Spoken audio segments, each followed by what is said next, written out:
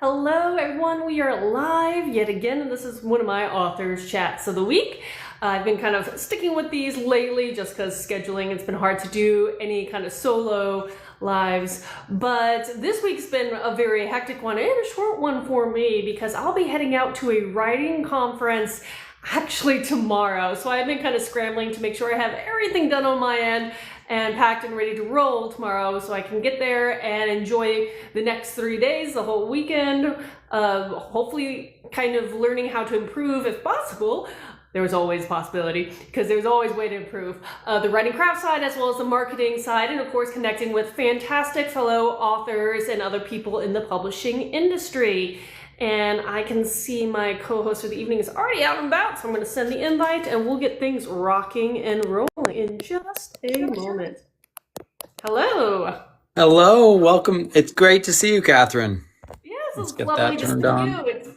It's actually been terrifyingly too long because I actually talked to another author not that long ago about the fact that because I see everybody's faces so much on here, I lose track of time from when I've actually long it's hung been. out on a live. And when I looked back and I was just like, wow, it's been an embarrassingly long time. How long has it been? I don't know if I want to know. It was back in 23. Oh, it's been a blur, so doesn't Yep. feel like it's been that long, but wow.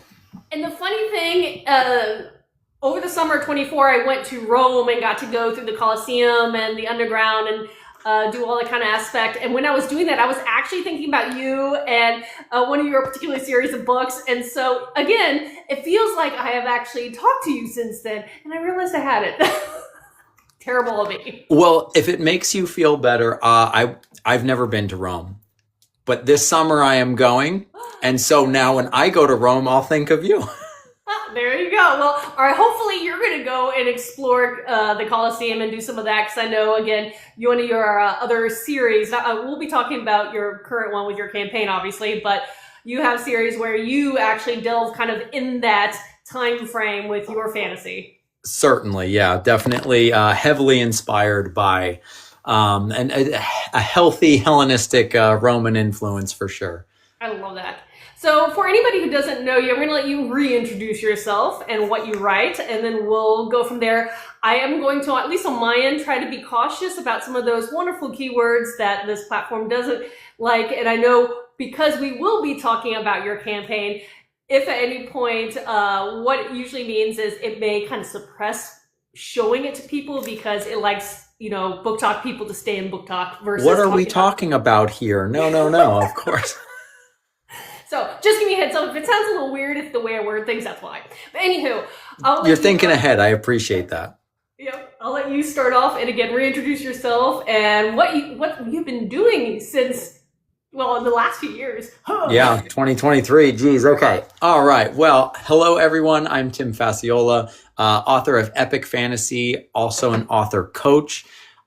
Day job is actually in fitness, and I like to do fantasy fitness, if that makes any sense to anyone. What I mean by that is I actually train with clubs and maces and staves and swords and introducing those kinds of elements into my fitness. So it kind of feels like unlocking my inner gladiator. So that's always fun for me, and I think it makes it more fun for other people too. So fiction is my life, so I want to spend as much time there as possible. So why not bring some of my stories into my day job as well? So, but yeah, I write epic fantasy. I now have this book that is launching on the other place in the links and stuff, is the fifth book that I'll have published.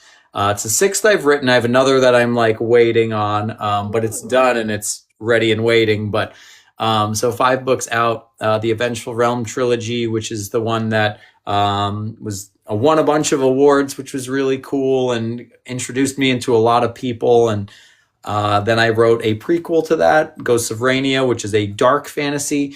Took a little departure from the epic. It still has epic stakes, but it was more dark.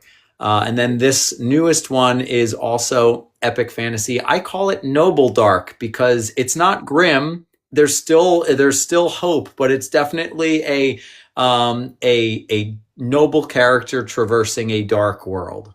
I like that. I like that. I'm actually writing that down. Noble dark. Yeah.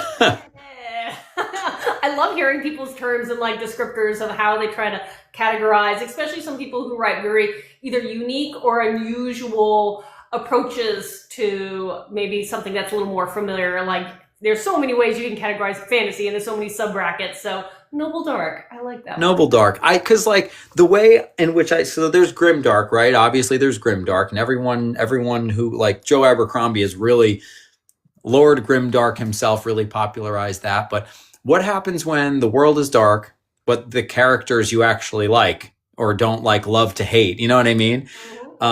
So someone, I can't take credit for it. Someone else had mentioned it and I was just like, ooh, like that. That's what this is. That's what I'm doing. Well, I mean, there's noble bright, there's grimdark, there's so many ways to like do it. So why not something in between? And again, it's all about the niche of how you want to describe your book to try to hook the right readers, because there's that argument I've heard both sides of the story of certain people are like, we have too many categories, just call fantasy, that's what it is. And then there are other people who are like, no, I have certain tastes and I want my certain tastes and I don't want to read something that's not my taste because I'm a picky reader, and both are okay.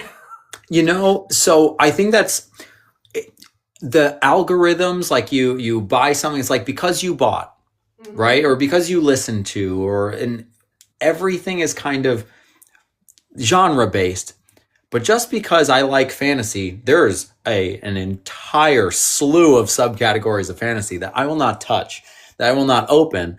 And so I actually think that there's like a misappropriate, I think genre, while there's, genre conventions certainly that do help readers, I almost wish there was more of a focus on the, what does it feel like to read this book? Like, is it a story that emboldens its audience? Is it a story that's really like satirical on society and going to dive into some of the grittier aspects of humanity or the world, social issues, what have you? Or is it a story that's just kind of like a fun romp and it's just kind of like an action adventure that's, going to have some, funny, like comedic elements? I'd almost like to know that more so than just genre. I wish there was like a subheading, like we do have, but I'd want even more, not less. I get that. And there are, again, so many type of readers, and the people who are mood readers, sometimes the mood is less to deal with the genre and what it just makes you feel. Yeah. Thus, people who like, you slap cozy on any kind of genre, cozy fantasy, cozy mystery, and they're like, I want to feel that warm and fuzzy, aka cozy. And then they're like, okay, I'm cueing into the right thing, versus something else that is there to wrench your heart out and make you cry, versus something else that's to incite maybe anger, and your book might go flying across the room and bounce back. So, okay, with that being said, Katharine, what would you say, like, and you have so many books, so like, but what would you say, like, your, like, niche to write in is? I don't know if I have one niche. I always categorize myself right now. There's one exception, one short story, but I am a second world high fantasy author. Beyond that, it just varies depending on what age bracket I'm writing. My YA stuff is a lot more the noble bright, the adventure fantasy. There is some heartbreak in there too, but it is not as common as my other books that list to the darker, grittier side of fantasy. But I do like, that's why I said I noted that noble dark, because just because my characters may be dabbling closer to the grimdark side of fantasy at times, I have a lot of noble characters. And then in the series that I'm working on right now, I have a medley of noble and some that are definitely not. But it's also fun kind of playing. So you have various characters with their own kind of schemes and their own designs and their own motivations, and all working together or working to tear each other apart. So fun stuff. I mean, yeah, naturally, I love that. One of like One of my favorite books, it was a couple of years ago now, it might be 2023. There was a book where it was like 5 different point of view characters, and they were all part of a heist, and they were all the same team of the heist, but they were all planning on betraying each other for different reasons. And it was like so gritty, but at the same time so like accessible, because each one of those characters was so heartfelt. And I was like, this is not like, I remember, because I interviewed the author, I was like, how do you classify this? Because like I'm having trouble with just, and she just said fantasy, and I was just like, that's not what I mean. Like, come on, let's get deep with it. Like, but if I went back, I'd probably label it as Noble Dark. Oh, that is cool. Yeah, the book I'm currently, my current work in progress book is a future long series, progression style dark fantasy, D&D meets Witcher. And so Fun. This first book has 9 POVs. 6 are more the protagonist-ish side, and then the other ones are various other things, being the antagonist or some other kind of side characters. But it is fun for me because I came in thinking every time I'm rotating where these characters and who they know around, I'm like, okay, these two will get along because of their similarities. And as I'm writing, I'm like, they actually have a lot of issues with each other because of their differences. And it's kind of fun to see your characters and how they come alive. But let me ask you, before I jump to your latest book, the one in your interim, you said your prequel, your darker prequel story, that one released since we last talked. So tell me a little bit about that one's main character, because yes.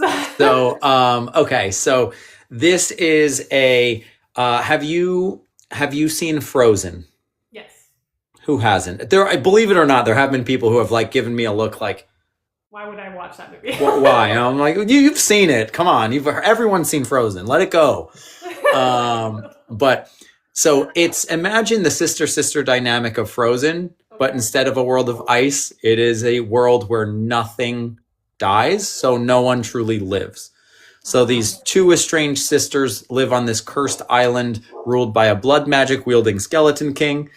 One sister wants to lead a rebellion to defeat the skeleton king, but the other sister wants to gather as many people as possible and flee the curse because she doesn't believe it's a war that can be won. But that creates a bit of the problem, because now they have to overcome their estrangement and work together. Whether they fight or flee, they have to do so together, or the Skeleton King's reign will continue. I like that. And that was a standalone, correct? Like, yeah, so that was written it was written to be a standalone that also could serve as the prequel, but like you don't need the context of the trilogy for the prequel, and you don't need the context of the prequel for the trilogy. In the universe. Set on the title, I wrote an Avengeful Realm novel. Like it's very much part of the world. So much so that like the spine images, so like book 1 through 4, including the prequel, the image makes a spine. So like the spines make an image together. So it's part of that same thing, very much so.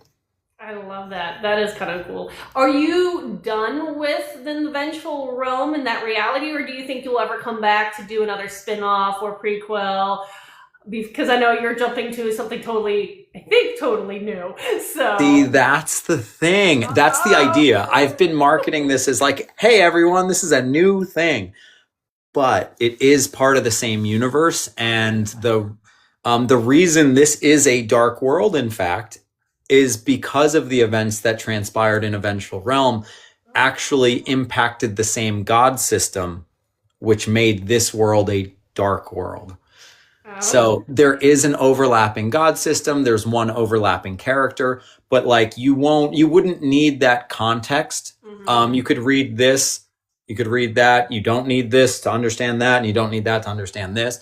So very Cosmere-esque in the sense of like, I wanted the overlap because as a reader, I love Easter eggs. I love the little I love getting to read and pick out and find things, and it's like, ooh.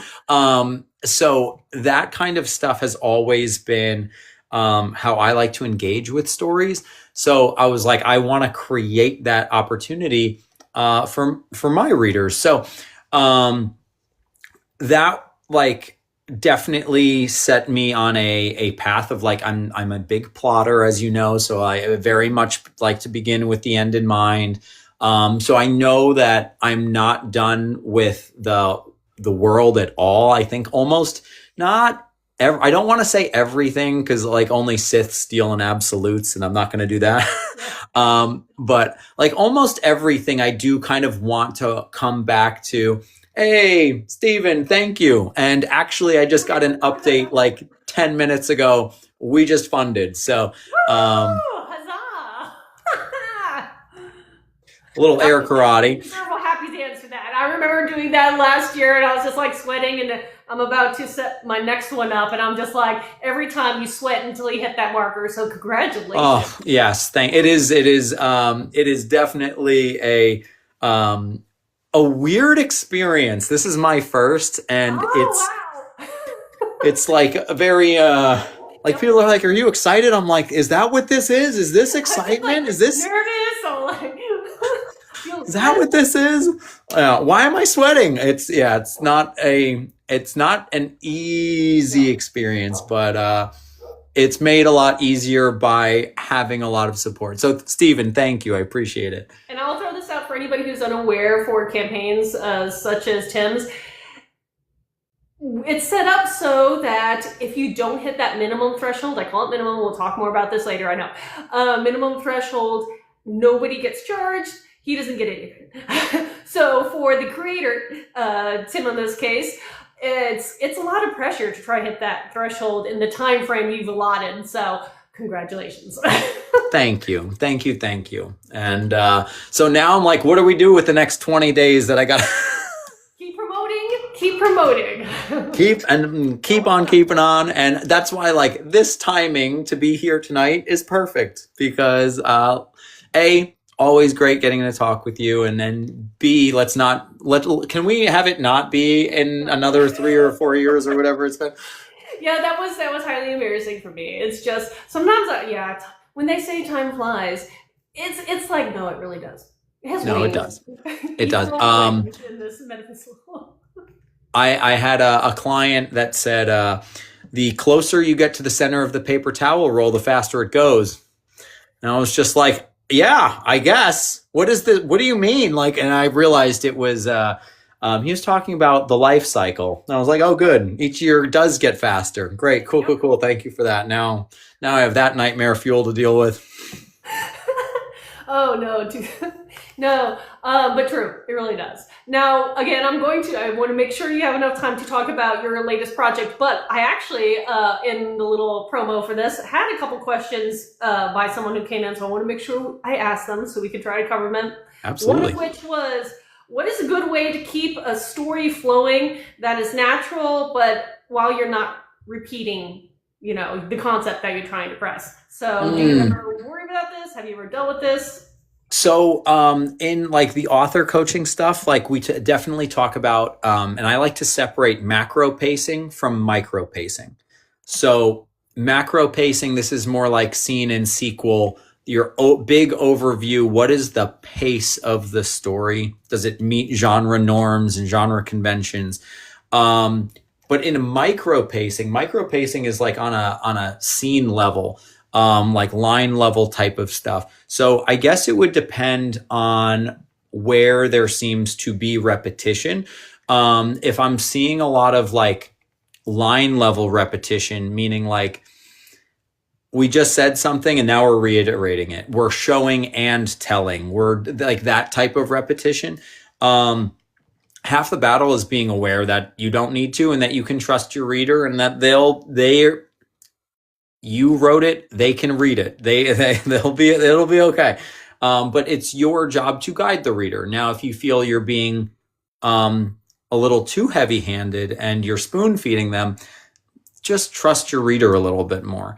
But that kind of depends. Oftentimes, like I try to separate my writers. Like, are you an overwriter where you are repeating yourself and oversharing, and you're a little too wordy and a little too fluffy? Or are you an underwriter in which I'm having to do a lot of the work up here for you because you're not really giving me a whole lot to work off of. I'm having to make a lot of assumptions because you haven't adequately guided me to what you hope to guide me to. So like that's kind of the I like to separate that out first and then identify like who needs what help. Some people need a little bit more spurs to get things. Oh, we need a little more words here. Help us out. And then other times it's we need a little bit less, and we need we need to let the story kind of breathe and trust the reader a little bit more.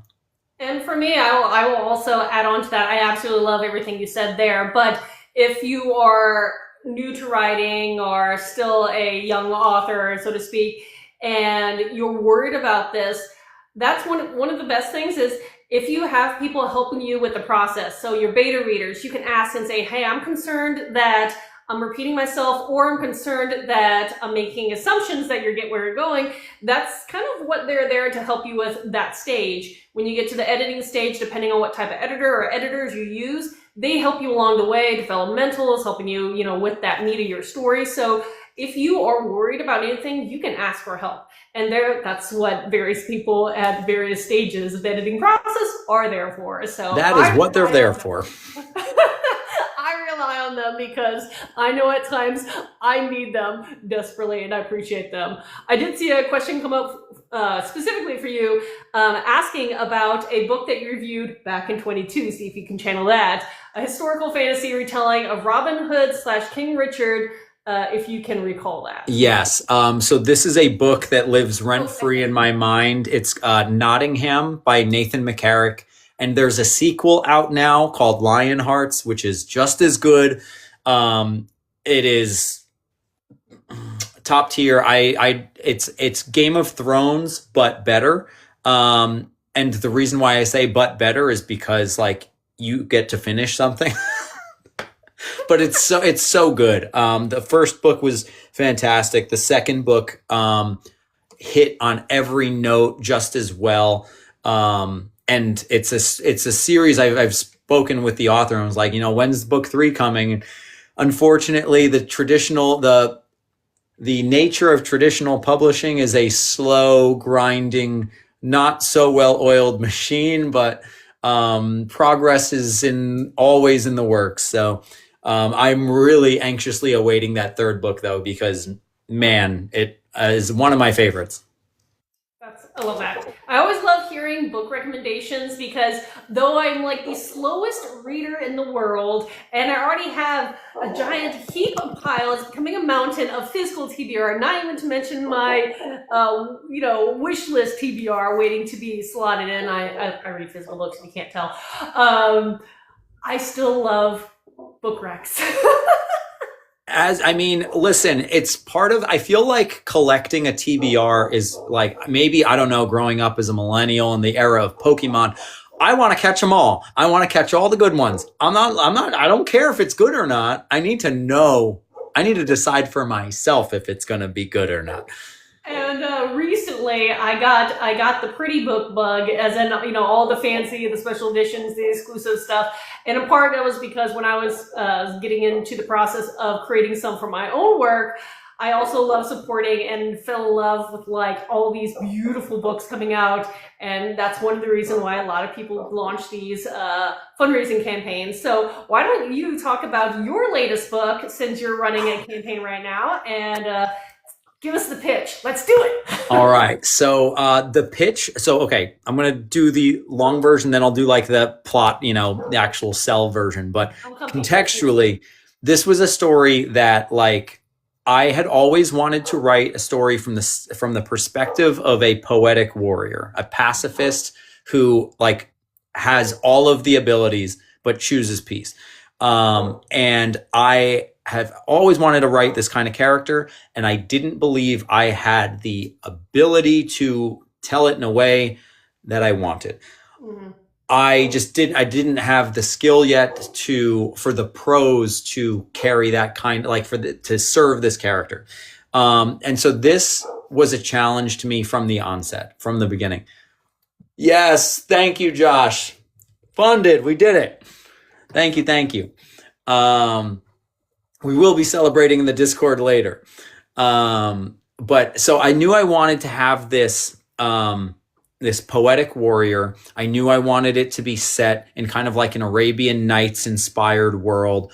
Because like I've always been fascinated by Persian culture. And having the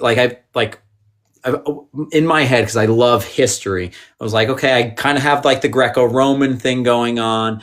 I'd love to do like a feudal Japan kind of world. I'd love to do like an ancient Persian Empire world. That's this one.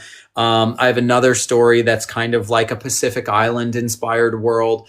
I just like, I love pulling from history and real world stuff. So I knew that the two story seeds for this was I wanted this poetic warrior in an ancient Persian world. So then you start doing research, right? And I mentioned earlier, like my day job is I train with, maces, clubs, and staves, and almost all that kind of stuff, especially with club bells and maces and what are called meals.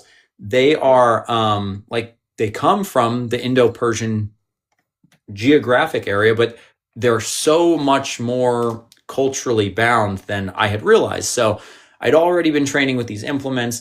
I knew that they had their origins there, but I didn't know how deep they went. So when I started doing the research, what I found was it's not just like these weren't just weapons. Like oftentimes, especially like in our society, Western world, and like we look at martial arts and there's a sensei and there's a dojo, and there's respect, and there's a code, there's an honor code that kind of comes with that. But the way they had it in ancient Persian, specifically, mine was inspired by the Achaemenid era. So this is like 500 years BC. So it was I wanted this pacifist, the spiritual warrior, to be the spiritual leader and poetic warrior to be a pacifist and to be a teacher. So he is a morshed, which is basically like a sensei of a zurkhana, basically a dojo. But there's a mental, emotional, spiritual, and communal element to what they teach. So that was the basis for this character. And to get into character, I didn't want to visit Iran, obvious reasons, but I was like, how can I immerse myself? I tried doing a lot of research. A lot of the text that we find comes from like Western culture or like Greek influence, like that kind of slant. So there was, yes, thank you, Mezzy. I know, I saw the update now. It was like right as the live started, and I was just like, we're going to celebrate in the Discord later, I promise. But so I wanted to immerse myself in, okay, what would this be like? So I found a guy who trains out of Dubai. He has a zurkhana. He trains in what's called the Pahlavi arts, this martial art style. And he's trained underneath the morsheds that can trace their lineages back hundreds and hundreds of years at these zurkhanas, these almost spiritual like temples where people would train. So with all that context, this story centers around a grieving father who he's lost his son.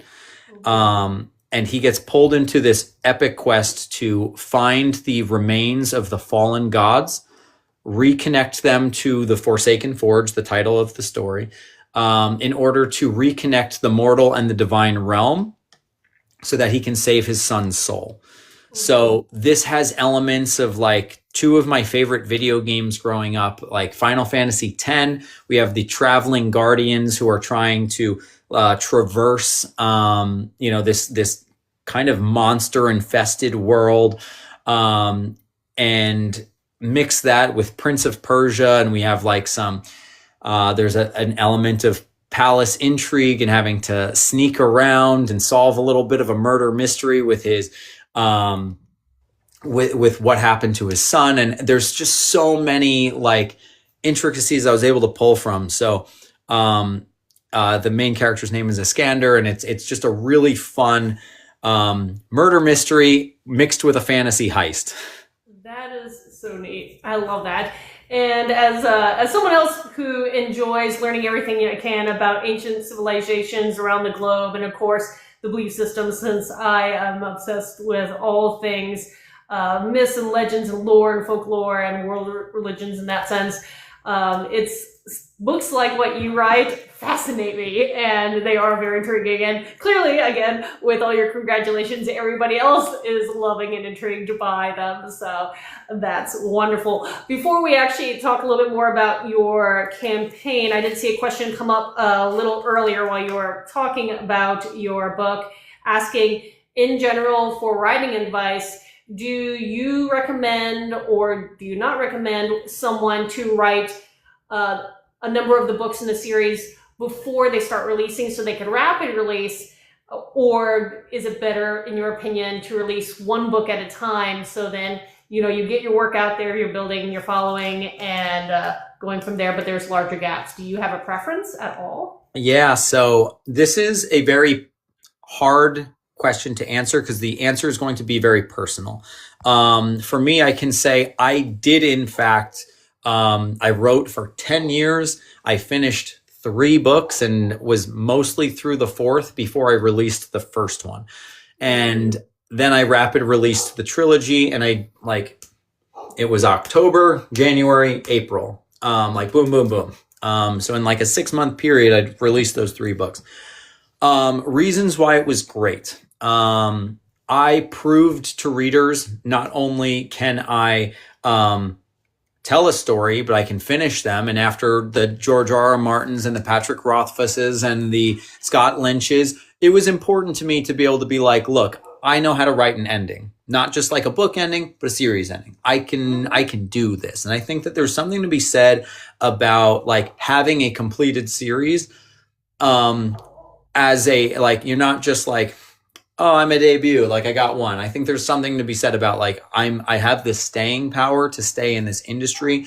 And also I think it was good for me because, I was able to, like, as a perfectionist, as a, begin with the end in mind kind of guy, I was still finding my process. If I would have released book 1 when I finished book 1, I would have written myself into a lot of corners, and I would have had a lot more holes I would have had to work. And I'm sure I would have figured things out, but it would not have been the finished product that I came up with, which was, in writing all 3, I was able to go back to the very beginning and plant those seeds and foreshadow in a way that felt creatively extremely rewarding.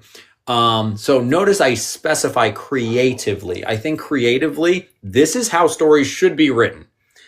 However, as a business decision, it's a bad decision.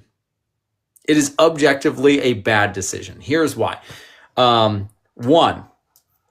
you have spent all of this time writing all of these books, and book 1 may never find its audience. Yeah. Thank you, Jack Ann. Thank you, thank you, thank you. We're going to celebrate in the Discord later. It literally, as soon as it was Katharine, it was like right when we started. I was like, hey, and I was like, okay, I'll deal with that later. I saw like an email notification pop up and said, congratulations. Thank you, Tia. Yes.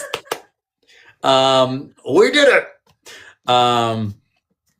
So timing is everything. So when I rapid released the 3, I had the clout that I had wanted. I had this I had a lot of content to push out, but I was constantly needing to promote. Mm-hmm. And frankly, it was very overwhelming. It was emotionally very overwhelming because normally when you publish your first book, like, there's a huge emotional release that's going to come with that. But I never got a down time to fully process that because it was one after the other. So I think emotionally that wasn't the best thing for me. Because like, you don't really have the base. You're not really giving book 1 the time to really grab its audience. And the few people that like, because a few people are going to probably read your debut unless you have like a big following, a lot of networking and a lot of connections. So like it takes, or like a really effective social media presence. Most debuts do not have that. It's something that's built over time. And I think rapid release is good because you're building your backlist before you're entering the scene. You can really focus creatively, because your creativity is not sullied by the external market. However, that external market is probably pretty important. And that's why I say it's so individual in terms of what matters to you. I think from a creative standpoint, yes, it's very beneficial to write it all and then rapidly release. Make sure, have a really sound marketing, like strategic marketing plan for how you're going to do that. Because it is like most writers can like sit down and churn out words and they can write and write and write and write and write. But then you say, all right, now get out there and market. And they're just like, I'd rather no, and so like it's a totally new skill set that you need to be able to learn and adjust and adapt to. And all the while, you're just going to want to start writing the next thing. So you have to start like, you're wearing and juggling a lot of different hats. And I think it's important to go into that knowing that. So rapid releases are awesome. I think they're a lot of fun. I wasn't particularly prepared for mine. I don't think it was the best thing from my business. I do think it was the best thing for my creative project. Not most. Interject though and say there's another option, which is what I kind of do in a weird way, where I write and I have books pretty much ready and I'm sitting on, but I'm releasing them at a steady pace. So the books that I'm releasing this year, I wrote several years ago. They got edited last year and they're going to be released this year. And so I can kind of pace and promote. And then in the meantime, when I need to be writing something new, again, I'm writing ahead. So theoretically, if I looked back, it would have been smart for me to have written several books and kind of did what I need to do with them and then started pacing a release. Not a rapid release necessarily, but then it has that kind of stress off me where I'm like, what if I don't, write fast enough for the next one? Well, I'm already get a little bit of that buffer ahead. So that's where I am. And I was able to do that starting over the dreaded COVID, where I had more time than I was used to. So I kind of got ahead of the game a little bit, but that's kind of my personal comfort zone. But everybody's different. Some people can do and turn a book a month out, and that's great, cool, whatever. Other people, it takes them 6 years to do a book in a series, but they're taking the time and dedication to create what they want out of it. So everybody's different. You're welcome to try something, and if it doesn't work, change it in the future. And I think that's also like a hard thing to learn. No one's path to publishing, like no two authors have the same path to publishing. I've never met someone who had like, even like Z.S. Diamante, who's like a good friend of mine, and Brady Hunsaker, like we all rapid released at like the same time. And like we all kind of showed up on TikTok around the same time. And the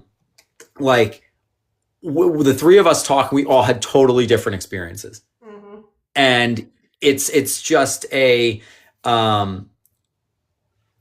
you have to find your way, and you have to be immersed in the community so that like, I think there's something that's just so cathartic about realizing that you're not alone.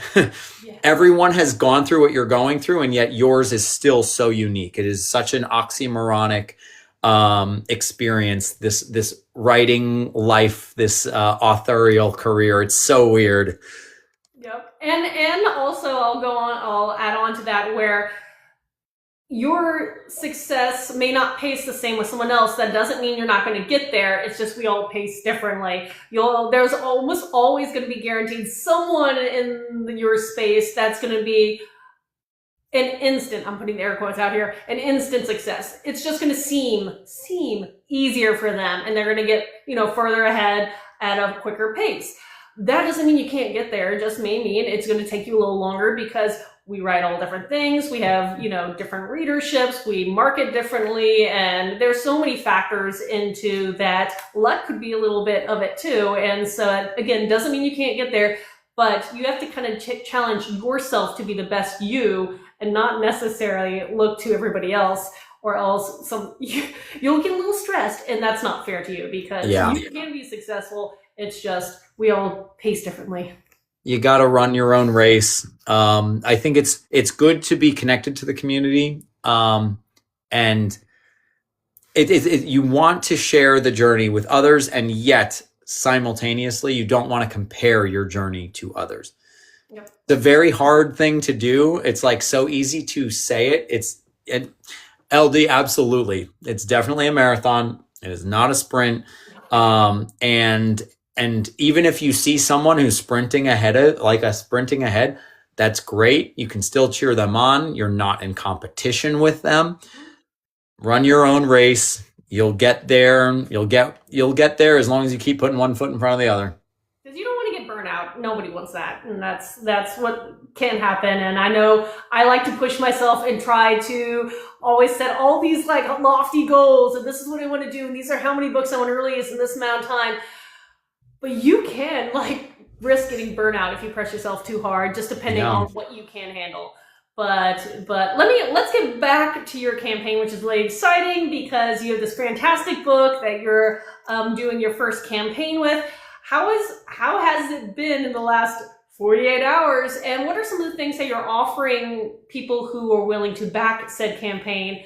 So what are your tiers or? So these first 48 hours have been really interesting. And I'll be a little vulnerable because so I have always kind of had this, I diminish, dismiss, and deny every accomplishment.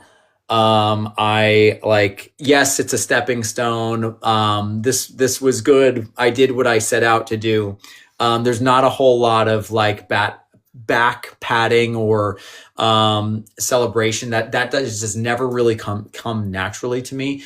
So the first 4 or 5 hours was a huge spike, and it was really overwhelming because it was just wow, I wasn't expecting this, but at the same time I wasn't expecting this, but at the same time, I felt like I've been pushing on, there's been a lot of pressure, and I've been on the precipice of making that next jump in, finding my readers. And so I felt at the same time that I really was I'm so grateful. I'm so humbled. I'm so honored that there's this many people who are excited and willing to back and pledge for this. And then at the same time, I'm well, it's about damn time. I've been out here. I've been doing the work. Where you been? So it was a really interesting mix of emotions and, trying to celebrate something, even though I'm not there yet. I didn't reach the goal. I will, because we're projecting that way, but it could slow down at any point. And it did. And there was then it was oh my God, what if it really slows down? What if it doesn't go anywhere? And I know the middle of the campaigns, the first 24 hours and the last 24 hours are really where the bulk of things move and shake. And, trying to maintain momentum in the middle is hard.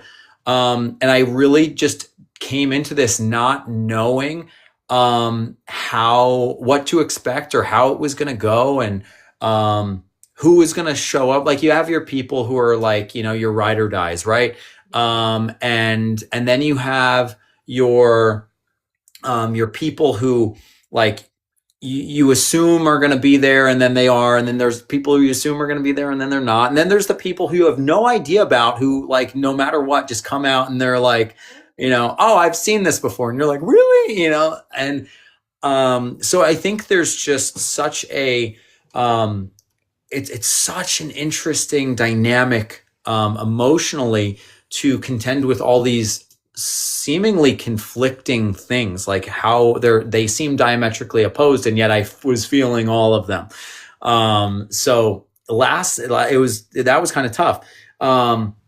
But this campaign, and the reason why I wanted to do this campaign in particular was I was working with a company, and the company was helping me with the launch because I was doing this rapid release, and I was like, I can't do it on my own, and they helped, and they did, and it was a lot of like, written word media, and like it was a free release, free ebook release, and train the Amazon algorithm and blah blah blah. And with my last book, Ghosts of Rania, the first day of doing this kind of promotional thing, I had 3,000 downloads the first day. It was awesome. Now, granted, it was for free, so I got that many dollars, but 3,000 people are reading the book. So that's awesome, right? But then it didn't really translate to a lot of reviews. It didn't really translate to training the algorithm. It didn't really seem to move many needles at all. In my cases of those freebies, people who go after freebie deals are, I think proportionally, now this is just my opinion, I think proportionally you need a lot more of them to get a review versus someone who's paid and is invested in it, and then they have a little more say, or a little more feel like they should have a say of reviewing however they feel about that book. That's just my theory behind it, because I've done that too, and it's an interesting thing. Great that so many people potentially are reading it. On the other hand, I wish, on the author's side, it did more for our, that career path that we're trying to go down. But also, like, even within that, right? So I have no idea who those people are now. Mm-hmm. I have no idea where they come from, what else they read. They don't know me. Mm-hmm. And so my friends who have done Kickstarters and they have did campaigns, they know their community. They have a much more active base. They have their email lists. They have like a lot more connection, and that's really what I like to build. The biggest thing for me, I was on a podcast this past weekend, and my buddy Entro Arish, he was like, how would you define success? How do you define success for this project? And I said, what I really want, it's not about dollars and cents. What I really want out of this campaign is I want to find a path forward that when I have my author coaching clients who are ready to publish, that I can be like, this is the way to indie publish. Mm-hmm. This is the pathway, because I've tried this, and none of them really seem to be like, I'm learning, which is great. I'm learning all the things. I'm tired of learning of ways not to make a light bulb. I want to light this thing up. I'm tired of living in the dark here. So there's definitely an element of I want to, and my publishing company is called First Torch Books. So the whole idea is, you're the first torch. It's going to be dark, but you can light the pathway. You can invite people to follow down it. And I've felt that the publishing industry so often focuses on, finances first. And we see that all the time. And I get it. It is a business. But at the same time, this is an art form. And the best way to nurture the best art is to nurture the creators of that art. Mm-hmm. And this industry, just based on statistics, traditional publishing, most authors who are the best of the best, this 1% of 1% who, get out of the slush piles and they get published. Why do they stop after 3 books? It's because they're chewed up and spat back out. And so, maybe we should change the system. Maybe we should make it more author focused, author friendly.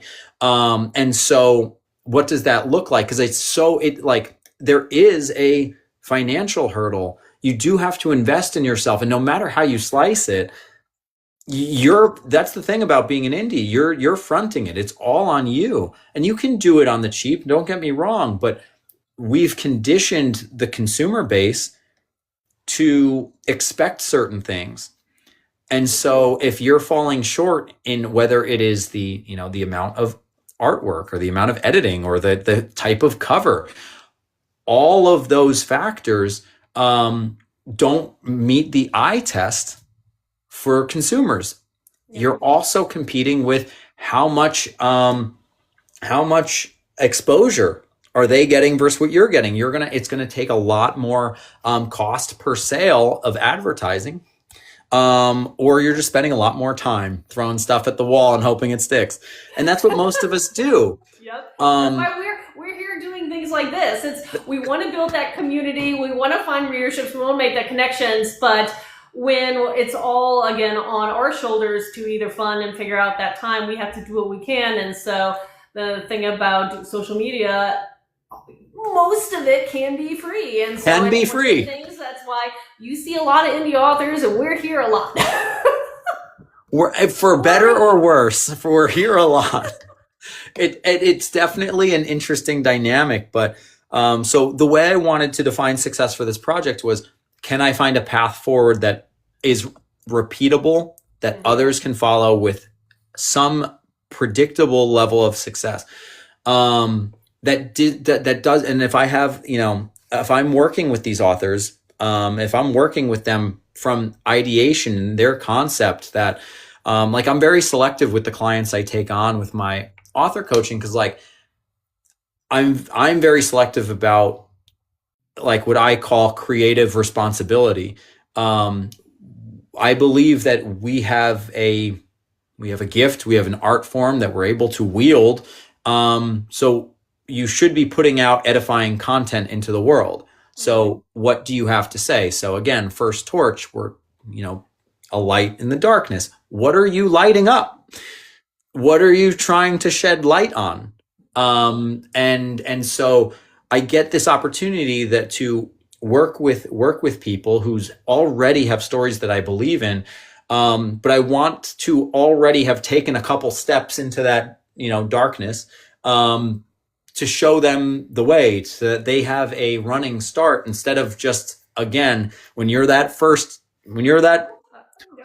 like when you are the, I've done everything wrong the first time, it feels like, and I am proud, and not to say in a good way, but I will proudly tell people why I did wrong things and why I've acknowledged that they were wrong, so that hopefully they won't necessarily do all the same mistakes. Yeah, geez. There's something very lonely about being a trailblazer. There's something very lonely about being that first pioneer. And so I just think that it's important to me to want to pay it forward. I've had so many people who have reached out and helped. I've had so many people who have just freely offered advice. But like, you have to be like, writing can be very lonely. And so we kind of condition ourselves not to ask for help, not to engage, not to, you just suffer in silence and you'll be fine. And that is not the way this industry can work. And I think once upon a time, people had this idea of like, I'm going to write and just write. I'm going to write and I'll send the book off and the publisher will publish. And then and then the money, and then they'll send me royalty checks.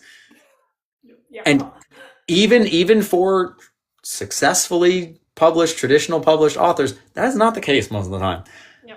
And so, and especially now and moving forward, like, you have to be able and willing to put yourself out there. So this Kickstarter was that for me. And with the launch of Ghosts of Rainia, like, I think it was a flub of a launch. It was the book did not, launch well. Again, a lot of readers in the getting the free ebook, but it didn't really translate to anything.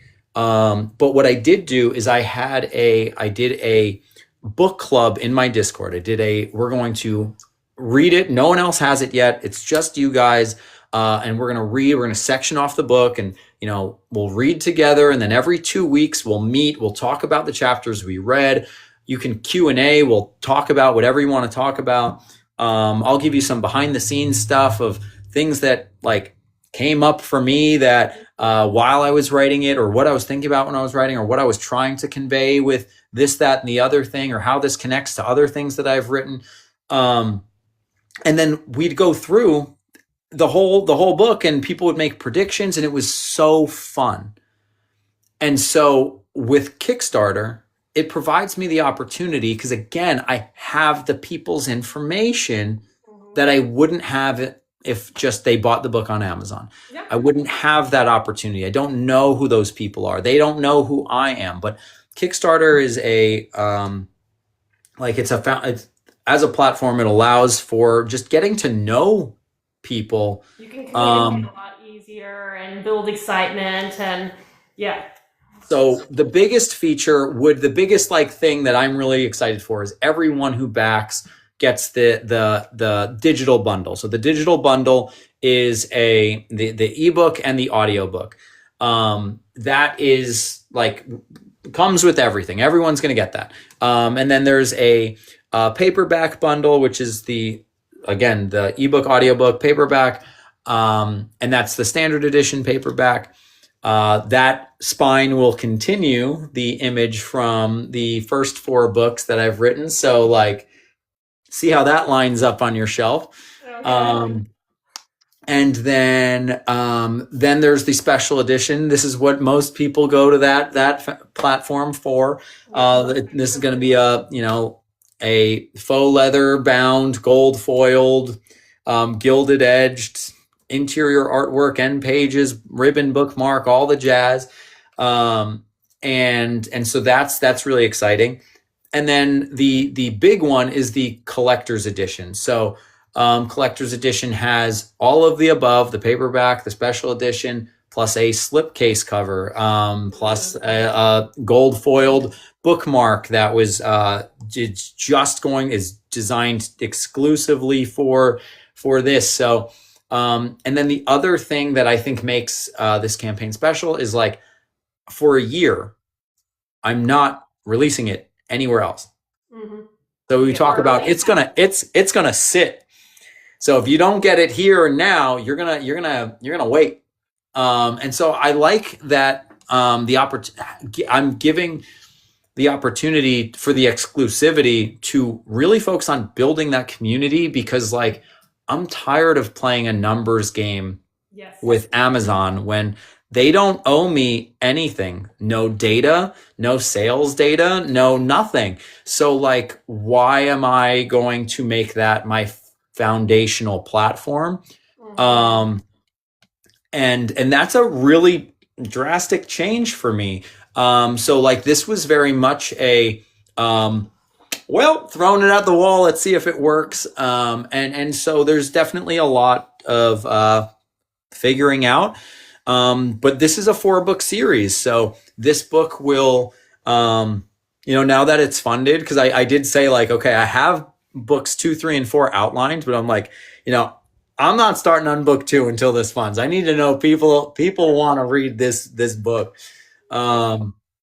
So I'm really excited for that because I love what I have outlined for book 2. I'm really excited to write book 2.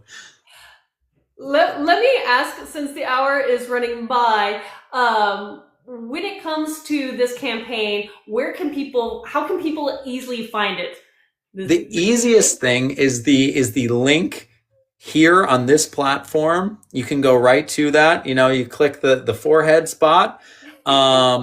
And then, we will have, there will be stretch goals. There will be a book 2 cover reveal. I'm very excited because the book 2 cover reveal is dope. It's going to be, it's sick. So don't mind me getting excited. Anyway, yes, you can click the link, on click my head. There's the link. It's the top one. And yeah, I respond to all my messages. So you can DM me. Don't be bashful. And I'm here. I'm mostly here. I prefer this to IG. So. There was another question. It's like, where else? I know you were talking about you have a Discord group, and is your Discord group open for anybody to join, or do you have to wait to be invited? There is an open link in my, also on my forehead. You can find that there. There are specific access points within. So there's different roles that unlock. So for example, the writing group is a private that's linked through my Patreon. There's the book club is, open to anyone, but they have to let me know, and then we can add that role. So there's little things like that. I like that. Now, I also saw in the chat there was a question for us. What advice would you pass along to a new author that you wish you had known in the beginning of your writing career? So I spent roughly 6 years rewriting and rewriting book one. I started working with my editor after about 3 of those years. And my editor, I got a puppy who's just like, hey, why are you upstairs and not hanging out with me? Okay, mine are starting to run upstairs, so if you hear the thunder, that's the dogs. But yeah, my advice would be, it is never too early or too late to start getting eyes on your writing. The reason why I say it's never too early, you only write what you know. If you haven't spent time learning story craft, which is different from writing craft, like there's so many skills that go into telling a story and actually writing it and conveying it and communicating it well. And that's just in the drafting process. And then there's the editing process. So like the sooner you get in with a group of people who are like established, oftentimes what I found with my writing is I wrote by myself for the longest time. I didn't have a group. I didn't have people. Once I found a group, I realized I was only in a group with my peers. And no, it was the blind leading the blind. And it was very much just kind of an encouragement circle, which over time became discouraging because no one was making progress. Yeah. And it was at that point that I was just like, enough of this. And I kind of set out on my own and kind of found my own thing. I was working with my editor. My editor taught me a lot. She pointed me in a lot of different areas for resources. So like working with someone who's been in the industry opened my eyes to everything so much clearer. And I say everything, like I'm still not learning something new every day. But I think that's my point. There's just so much. There's so many hats you need to wear. There's so many technical skills you need to learn. And you're not saying you have to do everything, but if you're not doing everything, you're partnering with people. And if you're partnering with people, you need to be part of the community. And I wish I would have started that sooner. Being part of the writing community requires that social investment. And I think that like things like Book Talk really afford that and makes it accessible for a lot of people. But also, I don't want to say like take care of who you hang out with, but like you have to protect your creative space because sometimes we want to be like, okay, I'm going to find my community. And then you find your community and then they're not really all that uplifting, or they're uplifting, but in a false empowerment sort of way. And you have people giving you advice on your creativity that you don't really trust or who don't really take the time to care for your creative vision. And so there's a miscommunication and, feelings get hurt. It's just so much better when you find the people that you want to journey with at different levels. And I think there's a time where there's people who like there's going to be people who you need to reach down to help up. There's going to be people who you need to reach across to work with. And there's going to be times where you're just like, mommy, uppy, like you're just going to like, give me a hand. Cause like you need people at all those different stages and you can't be afraid to ask. So that would be my biggest advice for new authors. And I would also, my little tack on is, even if you don't have a book out there, you can start building, as they say, a platform of potential future readers. And again, that's like just hanging out on places like this, and you don't have to spoil the book or give it away, but say, talk about, as we mentioned in the beginning, the genres, the vibes, the tropes, and all that kind of stuff, why you're passionate, how far you are through the writing process, get people excited. So when you are ready to start promoting your upcoming release, you're already ahead, far further ahead than someone like me was that released the book and waited 2 years and was like, oh yeah, you have to market it. Yeah, okay, that was the thing. Yeah. So So there's so many things you need to learn as an author, but great thing is just asking questions. Now, I know we're pretty much out at time. Let me just see, and I know you're going to hang out and celebrate with your peeps on your Discord because you have run a successful Kickstarter, even though it's still going on for, when does it end? The 24th. The 24th. Okay. So we have 20 days still. Okay, because if this platform's nice, usually it is, sometimes it's a little weird, I'll try to reshare this live on my YouTube channel and put all your contact information down below so that people can hopefully continue to find and then hopefully support your campaign going forward. So look for that down there. Anywho, outside of that, does anybody else have any questions, especially for Tim and his campaign? I did see one pop in there saying, did you plan the Kickstarter during your writing process, or did you wait till after you wrote this particular book to start planning? This is a great question. And I was on the phone with my buddy, Zach Diamante, yesterday, actually, because he was congratulating me on launching. And I said to him, I'm like, this book wouldn't have happened if it weren't for you. And he was like, nah, I'm like, no, for real. Cause like I had a totally different plan of books I was going to write. And he had said to me, listen, I want you to write a book that is manageable, because like he knows me. And I was like, the next thing I was planning was going to make A Vengeful Realm look like child's play. It was going to be 1,000 pages long. It was going to take me 4 years to write. And it was, and he was like, do something simple, do something new, launch it exclusively on Kickstarter, make it a series, and find the new thing. Don't do what you're going to do.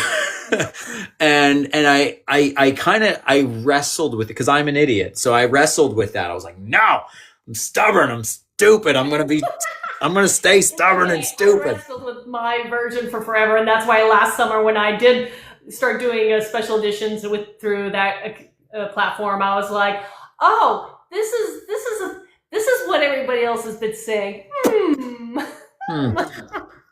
So I had the plan. I planned this book specifically with the intention of I am writing this for this platform, for this type of launch, this series with that in mind. And so it was concurrent. Like as I was writing, I was in touch with some of my friends, again, asking for help. Like, who did you use? What artists did you work with? Who did you like working with? Who was kind of like, they were good, but, kind of like the value wasn't there. Or they had a good price point, but like you just didn't like working with them, or it didn't come out quite how you want it. Like, give me the goods. Who should I work with? Who should I partner with?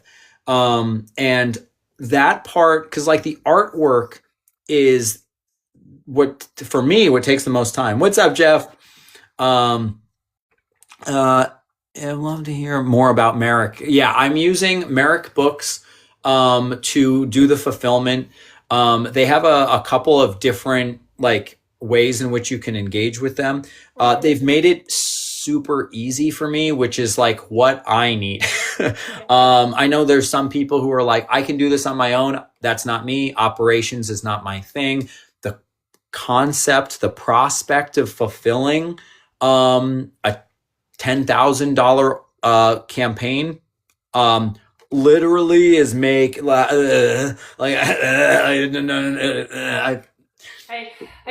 will have to say, I've been considering reaching out to Merrick for at least a future one. And I don't know how far in advance you reached out to them or not, but I've always heard good things about them and their quality of what they do when they help fulfill people. So yeah, it's, they definitely, because I first reached out to them, I want to say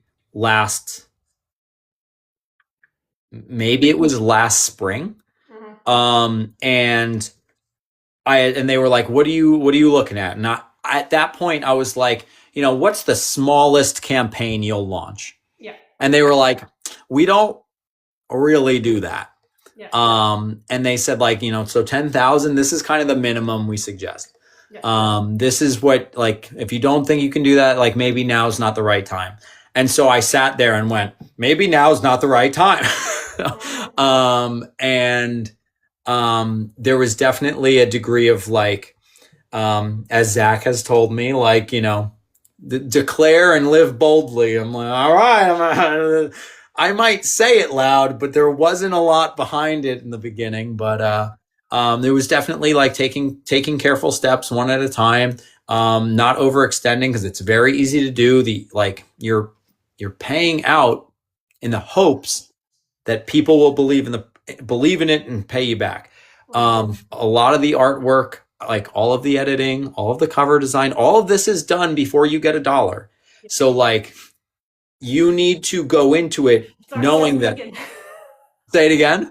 I said, I already feeling stressed and I already like ran one of these. So I was like, yeah. But it's like, you have to go into it knowing that like, you are taking on all the risk. And then like, legitimate thing is like, I have this book written. What happens if it doesn't fund? What then? Am I going to go back and do what I did? What am I going to do? And so this was really there was like an ultimatum with myself, like being honest. Like, I had this ultimatum. I was like, if I can't fund this campaign, I need to take a break, because I don't know what the answer is in terms of how I want to build and promote and direct this career of mine. So I'm very happy I don't have to do that now. So I love that, and I'm super excited for you. And I did see down here the Bearded Book Dragon, also from Georgia. If you're in Georgia, there will be an event in Smyrna on the 28th that I'll be at the Viking Alchemist Meadery called Book Flood. So I will be drinking mead and selling books there, probably dressed as a Viking, but you know, that goes with the show. But yes, no, it is amazing thing, what this platform does offer authors, and how many authors I've seen, especially here in the book talk community, that it is not just helped their career, but it's really kind of skyrocketed careers.